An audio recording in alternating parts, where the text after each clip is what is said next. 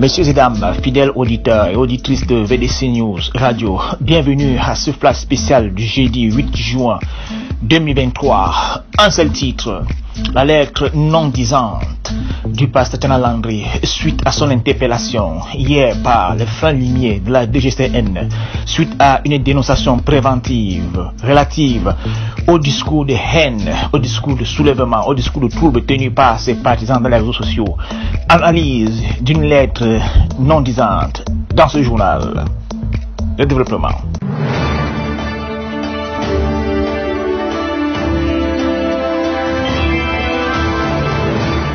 La lettre du pasteur Eternal Landry, Tami Danthieu, n'étant pas assez explicite pour indiquer ouvertement à tous ses partisans et surtout nommément aux leaders de s'abstenir de venir troubler comme il le souhaite à Ios, et au regard de la persistance des messages appelant à la haine et à la violence enregistrés en continu dans les réseaux sociaux, il conviendrait de lui rappeler ce qui suit.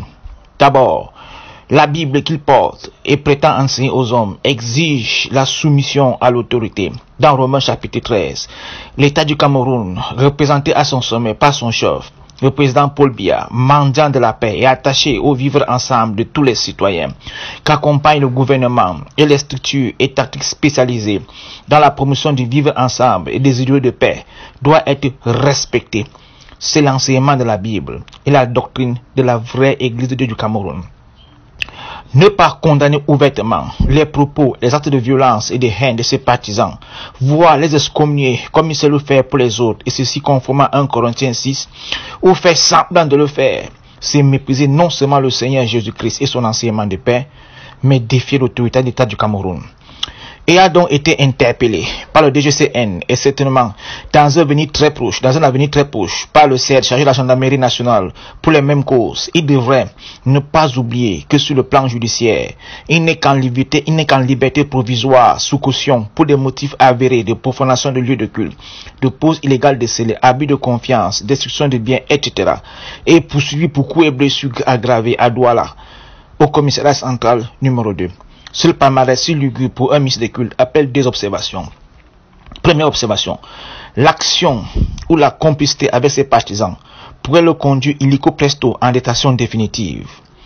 Autre chose, il met en danger la vie de plusieurs citoyens camerounais, naïfs, manipulés et envoûtés, qui ne savent plus discerner ce qui est juste ou injuste, ce qui est bon et mauvais. En définitive, toutes les autorités de ce pays ne sont pas accessibles au malais d'argent, dont l'origine ne peut être personnelle, nom de M. Tchana, au regard des montants proposés et dépensés et qui lui donne une illusion de toute puissance. Même Dieu sait souvent venger son nom, que l'on traîne dans la boue pour servir des ambitions personnelles. Dans Exode 27, il est écrit, « Tu ne prendras pas le nom de l'Éternel, ton Dieu, en vain, car l'Éternel laissera point impuni celui qui prendra son nom en vain. » Ensuite, le bon sens exige que l'on soit fair play ou de grande hauteur morale pour accepter une défaite logique, surtout quand on utilise des armes de la méchanceté. Être prêt à soulever des innocents contre l'État et Dieu est un acte de grande irresponsabilité.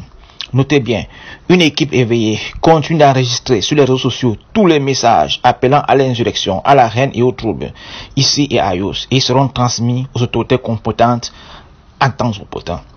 À bon entendeur, salut, c'est tout pour le flash matinal de ce jeudi 8 juin 2023.